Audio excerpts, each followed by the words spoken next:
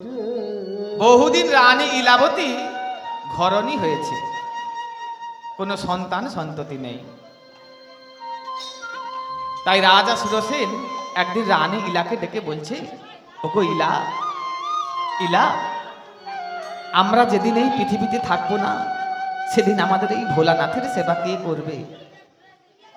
তাই রানী ইলাবতী চোখের জল ফেলে বলছে, ওগো স্বামী গো, এই পৃথিবীতে কে কতদিন থাকবে তা তো বলা যায় না, কিন্তু আমরা যেমন ভোলানাথের সেবা করছি তেমন করেই করব। আর বলবো, ওগো অন্তর যামি,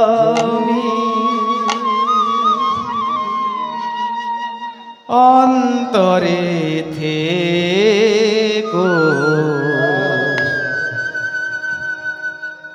অন্তর ছাড়া হইও না, ওগো প্রভু অন্তর ছাড়া হইও না। অন্তর জানি অন্তরে থেকো, অন্তর ছাড়া হইও না, ওগো প্রভু অন্তর ছাড়া হইও না।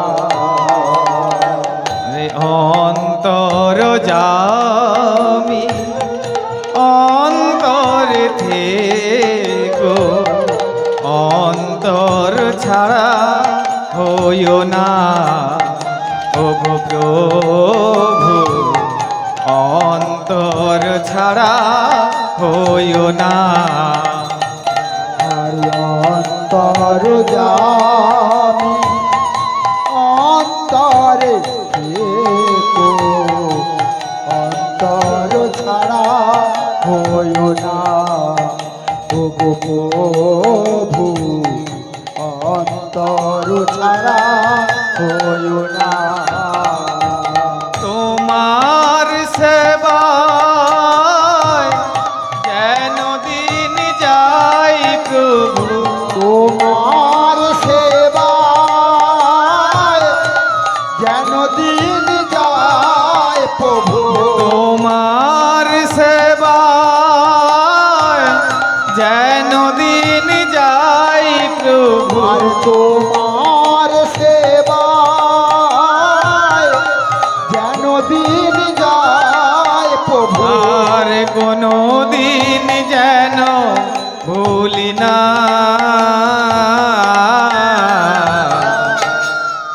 অন্তর যামি, অন্তরে থেকো, অন্তর ছাড়া হইও না, ওগো প্রভু অন্তর ছাড়া হইও না।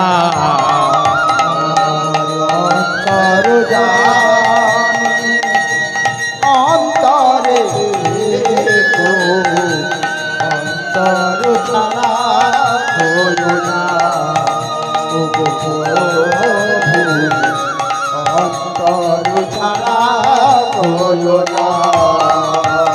আর নেই তো কিছুই মোর, কি দেব তোমায়, কি দিয়ে পুজিব বলো ও রাঙা চরণ। আর নেই কো কিছুই মোর, কি দেব তোমায়, কি দিয়ে পুজিব বলো ও রাজা। আর নাই তো কিছুই মোর, কি দেব তোমায়, কি দিয়ে পুজিব বলো ও রাঙা চরণ। আর নেই কো কিছুই মোর, কি দেব তোমায়,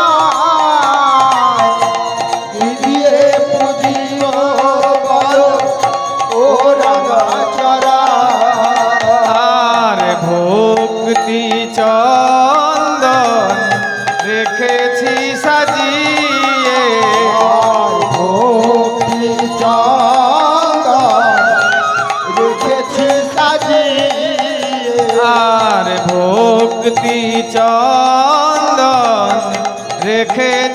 সাজিয়ে আর ভক্তি চন্দন রেখেছি সাজিয়ে আর কোনো দিন যেন ভুলি না অন্তর জামে অন্তর থেকো অন্তর ছাড়া হইও না ও গো প্রভু অন্তর ছাড়া হইও না অন্তর জামি অন্তরে অন্তর ছাড়া হইও না ও গো প্রভু অন্তর ছাড়া হইও না ইলা প্রভু হে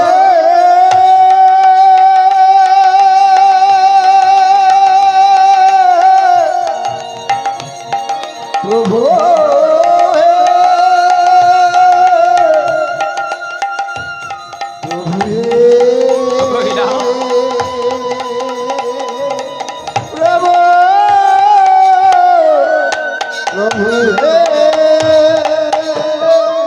ও গো ইলা ইলা তুমি কাঁদছো ইলা তুমি কাঁদছো আমার কাছে কেঁদে তোমার কোনো লাভ হবে না জানো ইলা আমার কাছে কেঁদে তোমার কোনো লাভ হবে না যদি কাঁদতেই হয় তাহলে ওই শিব মন্দিরের ভিতরে গিয়ে কাঁদো যদি তোমার মনোকামনা পূর্ণ হয় তাই রানী ইলাবতী ছুটতে ছুটতে গিয়ে সেই শিবলিঙ্গের চরণে লুটিয়ে পড়লেন আর লুটিয়ে পড়ে বলছে ওগো প্রভু আশুতোষ চরণে আমি আমাদের জন্য চাই না আমাদের অবর্তমানে তোমার সেবার লাগে একটি সন্তান দাও না প্রভু দাও না ওগো প্রভু আশুতোষ আমি আমাদের জন্য চাই না আমি তোমার সেবার লাগে একটি সন্তান দাও না প্রভু রাজা সুরসেন ওই কক্ষের কাছে দাঁড়িয়েছিল বলছে ইলা ও যে কর্ণে বধির ও যে পাথর ও কোনোদিন তোমার কথা শুনতে পাবে না কোনোদিন শুনতে পাবে না কর্ণে বধির হয়ে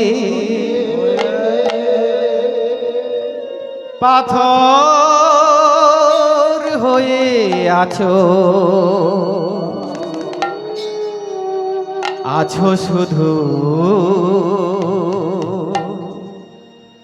মন্দিরে আছো শুধু মন্দিরে স্বামী প্রভু হে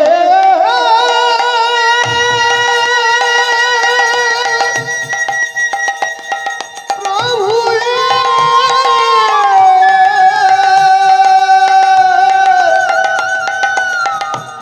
হে প্রভু হে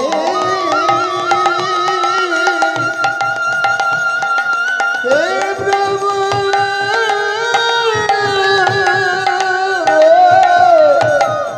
প্রভু প্রভু হে স্বামী তুমি শিবলিঙ্গকে পাথর বলছো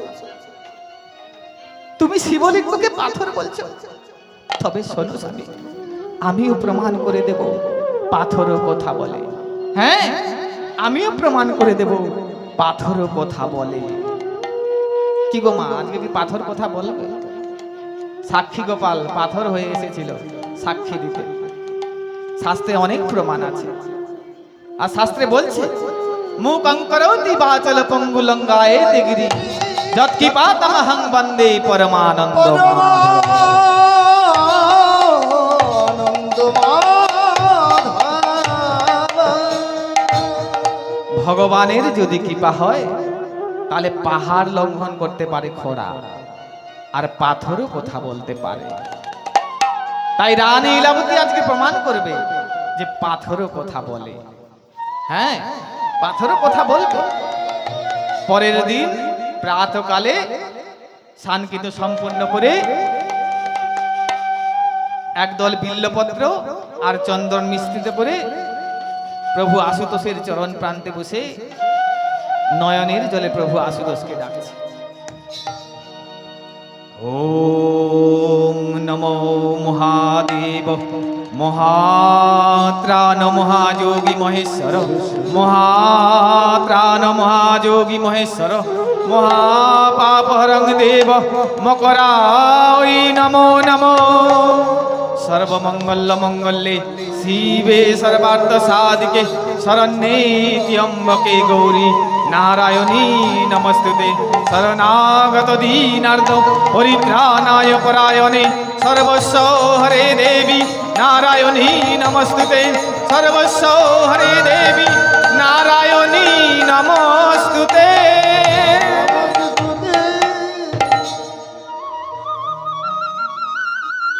রানী ইলাবতীর চোখের জলের ডাকে ভোলানাথের আসন টলে গেল। আর এদিকে হিমালয়ের পাদদেশে বসে আছে দেবী পার্বতী আর ভোলানাথ। ভোলানাথ বসে আছে, হরি কথা আস্বাদন করছে। আর এদিকে যখন টলে গেল তখন পার্বতী বলছে, প্রভু আজ মনে হয় তোমার কোনো ভক্ত বিপদে পড়েছে। কে এই ভক্ত? বলছে বিদ্যাপীঠের রাজা সুরসেনের ঘরণী ইলাবতী আজকে চোখের জলে কাঁদছে। কেন প্রভু? একটি সন্তানের জন্য। তাহলে দাও না প্রভু একটি সন্তান, একটি সন্তান দাও। কিন্তু দিচ্ছে না, ভোলানাথ কথা শুনছে না। আর যখন কথা শুনছে না, দেবী পার্বতী তখন চোখের জলে ভেসে যাচ্ছে, চোখের জলে ভেসে যাচ্ছে। ভোলানাথ বলছে, তোমার তো কোনো অসুবিধা নেই, তোমার তো দুটি ছেলে দুটি মেয়ে, তাহলে তুমি কাঁদছো কেন? লক্ষ্মী সরস্বতী কার্তিক গণেশ তোমার তো ছেলে আছে, তাহলে তুমি কেন কাঁদছো? তাই ভোলানাথ বলছে, আহা ও তুমি অমন করে কাঁদছো কেন? ও গো শিবানী তুমি আমার করে কাঁদছ কেন? ও গো শিবানী তুমি অমন করে কাঁদছো কেন? ও গো শিবানী তুমি আমার করে কাঁদছ কেন?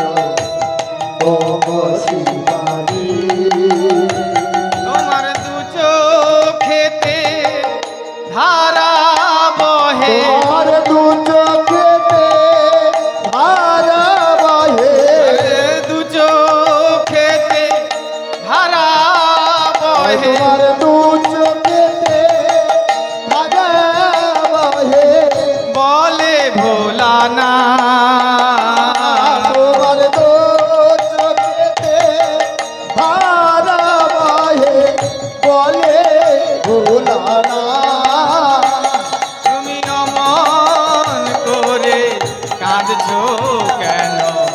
ও গো শিবানী আমার করে কাঁদছ তাই গৌর হরে গৌর। ও গো শিবানী কেন কাঁদছি জানো? ওগো প্রভু আমি কেমন কেন কাঁদছি জানো? আমি যে জগতের মা, আমি যে জগতের মা, সবাই যে আমাকে মা বলে ডাকে। ও যখন মা মা বলে চিৎকার করে ডাকে, আমার বুকটা ফেটে যায়। জানো জানো প্রভু, একটি সন্তান দাও না প্রভু, একটি সন্তান দাও না। কিন্তু ভোলানাথ রাজি হচ্ছে না। আর যখন বারবার বলা সত্ত্বেও রাজি হলেন না, আজকে দেবী পার্বতী চুলটাকে এলো করে দিয়ে ওই ত্রিশূলটাকে ধরে রণচণ্ডী রূপ ধারণ করেছে।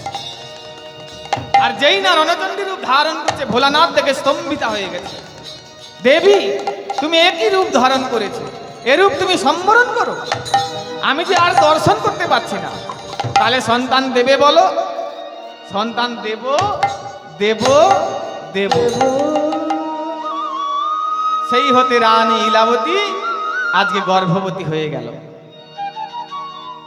আজ প্রজাগণ আনন্দে মুখর হয়ে উঠেছে। বহুদিন সন্তান ছিল না, রানী ইলাবতী গর্ভবতী হয়েছে তো আহা, প্রজাগণ কি বলছে দেখো। কি আনন্দ হলো রে ভাই বিদ্যাপীঠ গ্রামে, আজ কি আনন্দ হলো রে ভাই বিদ্যাপীঠ গ্রামে। আরে কি আনন্দ হলো রে ভাই বিদ্যাপীঠ গ্রামে। আজ কি আনন্দ হলো রে ভাই বিদ্যাপীঠ গ্রামে। ইলাবতী মা হবে শোনো সর্বজনে, আর ইলাবতী মা হবে শোনো সর্বজনে।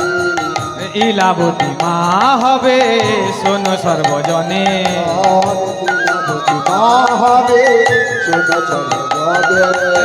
আনন্দ আর ধরে না রে, আনন্দ আর ধরে না, আনন্দ আর ধরে না রে, আনন্দ আর ধরে না, নিরানন্দ দূরে যাবে আনন্দ আর ধরে না রে। আনন্দ দূরে গেছে, হৃদয় গৌর হরি বল। আনন্দ দূরে গেছে, আনন্দ ধরে না রে, নিরানন্দ দূরে যাবে, আনন্দ ধরে না রে, নিরানন্দ দূরে যাবে, আনন্দ ধরে না রে, নিরানন্দ দূরে যাবে, আনন্দ ধরে না রে। এইভাবে গর্ভবতী হয়ে গেলেন আর রানীকে একটি সুন্দর কক্ষের মধ্যে থাকতে দিলেন, আর ভালো খাবার দাবারের ব্যবস্থা করলেন, আর একটা দাসীকে রক্ষিতা হিসাবে রেখে দিলেন। এইভাবে দিন যেতে যায়, যেতে যেতে দ্বাদশ মাস পূর্ণ হলো। আর যখন দ্বাদশ মাস পূর্ণ হলো, রানী ইলাবতী একটি সন্তান প্রসব করলেন। কিন্তু সন্তানটা প্রসব করলেন বটে, কিন্তু মানুষের মতো নহে, একটি সর্প দর্শন করলেন। আর দাসী দর্শন করলেন। দর্শন করে মহারাজকে সংবাদ দিতে যাচ্ছে। মহারাজ, মহারাজ, রানী সন্তান প্রসব করেছে, আপনি দর্শন করবেন আসুন। এই বলে রাজা সুরসেন মনের আনন্দে আজকে ভোলানাথের সেবা করে সন্তানকে দর্শন করবে আসছে। ইলার কক্ষের কাছে এসে বলছে, ইলা, ইলা, কোথায় তোমার সন্তান? এই যে কাপড় চাপা হয়ে আছে। আর রাজা সুরসেন যেই না কাপড়টা সরিয়ে সন্তানকে দর্শন করেছে, ভয়ে স্তম্ভিত হয়ে বলছে, ইলা,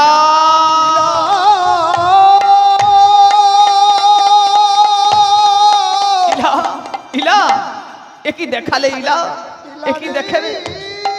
এ যে মানুষের মতো নহে, এ যে একটা সর্প, এ যে একটা সর্প। আমার সন্তান হলো কিনা একটা সর্প, এর থেকে আমার সন্তান ছিল না ভালোই ছিল। ওগো ইলা, তুমি এক কাজ করো, সবাই জানবে তোমার সন্তান নষ্ট হয়ে গেছে, তোমার সন্তান নষ্ট হয়ে গেছে, তুমি একে গভীর জঙ্গলে ফেলে দাও। রানী ইলাবতী বলছেন, না, তা হবে না, আমিও দেখব, হে ভোলানাথ, আমিও দেখব, আমিও যদি তোমার চরণে একদল বিল্লপত্র দিয়ে থাকি, আমিও দেখব, আমি একে এই মানুষের মতো মানুষ করব। এইভাবে একদিন যায়, দুদিন যায়, যেতে যেতে আর রাজা সুরসেন মনের দুঃখে রাজসভায় ফিরে চলে গেলেন। ফিরে ফিরে ফিরে গিয়ে রাজসভায় ফিরে গিয়ে মনের দুঃখে বসে আছে। আর বসে বসে ভাবছে, সন্তান হলো বটে, মানুষের মতো নহে, ওকে নিয়ে আমি কি করব, ওকে নিয়ে আমি কি করব। এইভাবে যখন চিন্তায় পড়ে আছে আর বসে বসে ভাবছে, ভাবুক ভাবের পাশ থেকে বলছে, মহারাজ, কি ভাবছো? ভাবছো একটি সন্তান পেলে তোমার কুলদেবতার সেবা করবে, তোমার বংশ উদ্ধার করবে? তবে শোনো মহারাজ, মহাভারতে পাওয়া যায় 100 পুত্র পেয়েছিল অন্ধ ধৃতরাষ্ট্র।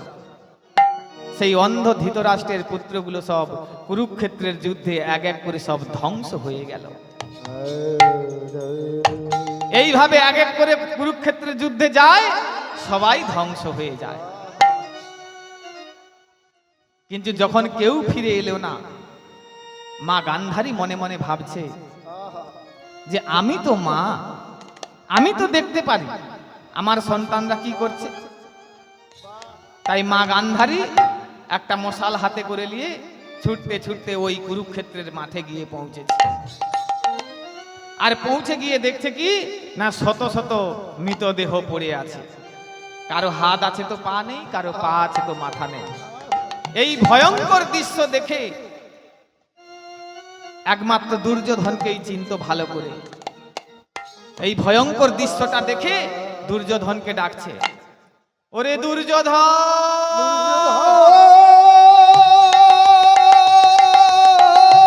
ওরে দুঃশাসন, ওরে দুঃশাসন, ওরে দুর্যোধন, একবার মা বলে ডাক, একবার মা বলে ডাক। কোথায় গেলি রে বাবা, কোথায় গেলি? একবার মা বলে ডাক। ওরে প্রাণের দুর্যোধন, একবার মা বলে ডাক। এইভাবে কাঁদছে, আর পিছন থেকে কে যেন খিলখিল করে হেসে উঠেছে। মা গান্ধারী চমকে উঠেছে। আমি শতপুত্রের বিরহ যন্ত্রণা বুকে নিয়ে আমি মা কাঁদি, আর তুমি হাসছো? যদি ক্ষমতা থাকে তাহলে একবার সামনে এসে দাঁড়াও। আর যেই না সামনে এসে দাঁড়িয়েছে, বলছে মা তুমি আমায় দেখতে চাও? তুমি আমায় দেখতে চাও মা? আমাকে দেখতে গেলে এরকম পিছন ফিরে তাকিয়ে দেখতে লাগে না। আমি তোমার পিছনেও আছি, আমি তোমার সামনেও আছি, আমি তোমার ডান দিকেও আছি, আমি তোমার বাম দিকেও আছি, আমি ঊর্ধ্বে আছি, আমি অধে আছি, আমি অনন্ত কোটি বিশ্ব ব্রহ্মাণ্ডের অণু পরমাণুতে আমি আছি। তুমি দেখতে চাও? আমি অনিলে অনলে চির নভ নীলে আমি আছি। তুমি আমায় দেখতে চাও মা? এই যা অঙ্গে পরশ করেছে, দেখছে ভগবান কৃষ্ণ দাঁড়িয়ে আছে। আর যেই ভগবান কৃষ্ণ দাঁড়িয়ে আছে, মা গান্ধারী চমকে গিয়ে বলছে, এই কি সেই কৃষ্ণ যার কারণে আমার এক এক করে শতপুত্র ধ্বংস হয়ে গেল? ওরে কৃষ্ণ, তুই আমার একটা পুত্রকে বাঁচিয়ে রাখতে পারলে না? আমার বংশে বাতি দেওয়ার মতো একটা পুত্রকে বাঁচিয়ে রাখতে পারলে না? তুই তো পারতিস যে একটা পুত্র যদি বেঁচে থাকো। কৃষ্ণ বলছে, মা আমি তোমার সন্তানকে কাউকে মারি নাই। কৃষ্ণ তোমার সন্তান করেছে তোমার কর্মে। বলছে আমি ওসব কিছু জানি না। তবে শোন কৃষ্ণ, আজকে আমি যা দিয়ে যাব সারা জগৎ তোকে মনে রাখবে। কি দেবে মা? আমি তোমায় অভিশাপ দেব। কি অভিশাপ দেবে? আমিও তোকে অভিশাপ দিচ্ছি, আমার বংশে যেমন বাতি দেবার মতো কেউ নেই, আমিও তোকে অভিশাপ দিচ্ছি, তোর 56 কোটি যদু বংশ ধ্বংস হয়ে যাবে।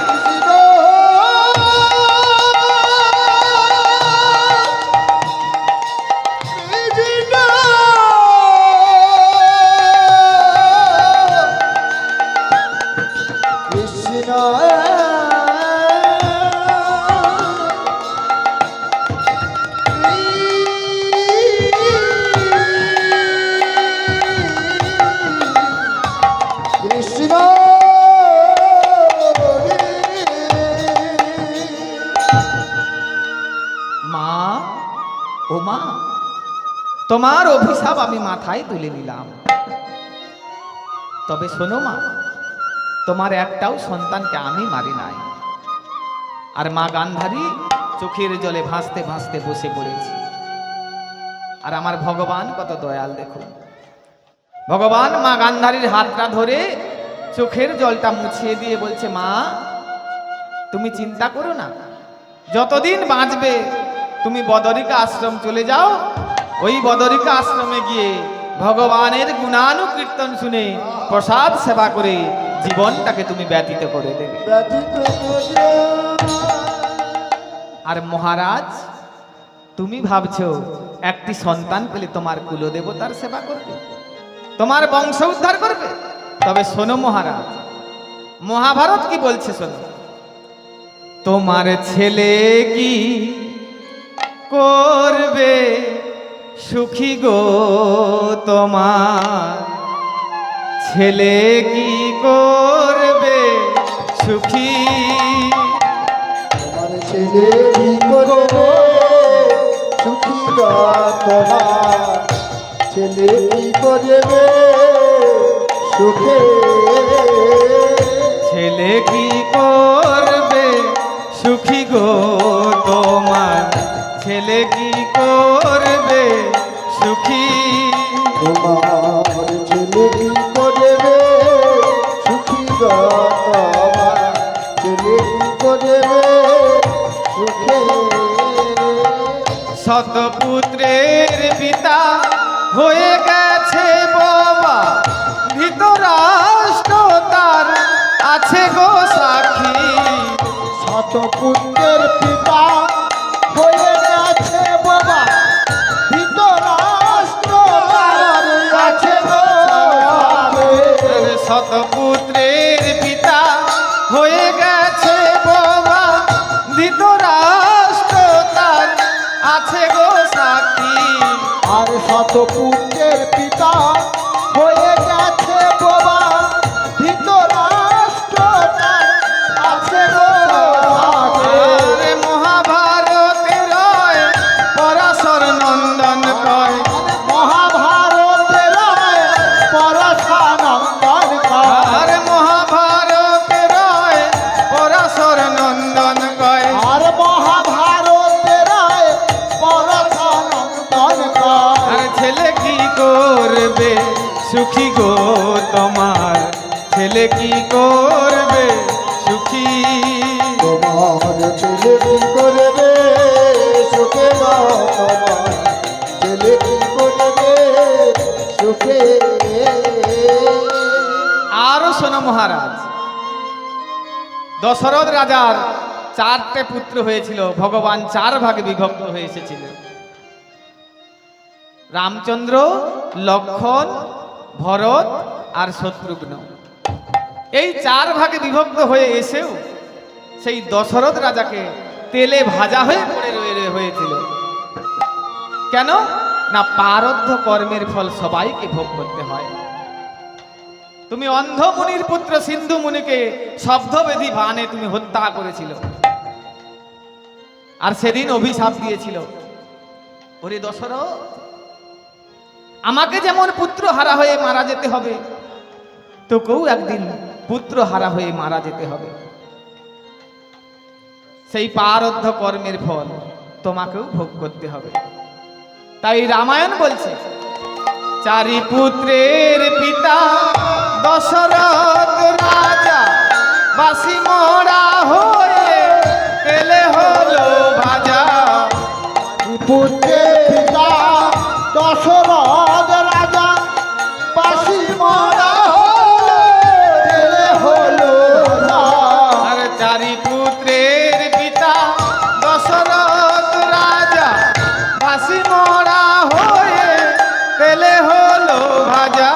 আর 4 পুত্রের পিতা দশরথ রাজা, বাসি মরা হলো না। আর রামায়ণের তুলসী দাসে কয়, আয় রামায়ণের রায় তুলসী দাস কয়। আর রামায়ণের তুলসী দাসে কয়, আর রামায়ণের রায় তুলসী দাস কয়। আর ছেলে কি করবে সুখী গো, তোমার ছেলে কি করবে সুখী? তোমার ছেলে কি করবে সুখী গো, ছেলে কি করবে সুখে? আরো শোনো মহারাজ, স্বয়ং ভগবান যার কুলে এসেছিল, সেই বসুদেব রাজা, সেই বসুদেব রাজাও কিন্তু সুখী হতে পারল না। কংসের কারাগারে বন্দী হয়ে থাকতে হয়েছিল। তাই মহাভারত বলছে, ভগবানের পিতা বসুদেব রাজা কংসের কারাগারে হলো তার সাজা। আর ভগবানের পিতা বসুদেব রাজা কংসের কারাগারে হলো তার সাজা। আর ভগবানের পিতা বসুদেব রাজা কংসের কারাগারে হলো তার সাজা। আর ভগবানের পিতা বসুদেব রাজা কংসের কারাগারে হলো তার সাজা। আর মহাভারতের পরাশর নন্দন কয় মহাভারতের পরাশর নন্দন কয় আর মহাভারতের ব্যাসদেব কয় আয় মহাভারতের পরাশর নন্দন কয় আর ছেলে কি করবে সুখী গো তোমার ছেলে কি করবে সুখী তোমার হৃদয় গৌরে ছেলে কি করবে এইভাবে দেখতে দেখতে এক পক্ষ কাল কেটে গেল। এক পক্ষ কাল মানে কতদিন? 15 দিন। হ্যাঁ, এইভাবে দেখতে দেখতে 15 দিন কেটে গেল। আজ যখন 15 দিন কেটে গেল, আজকে রাজা সুরসেন মনে মনে ভাবছে কাল প্রাতকালে একবার রানী ইলাবতীকে দেখতে যাব।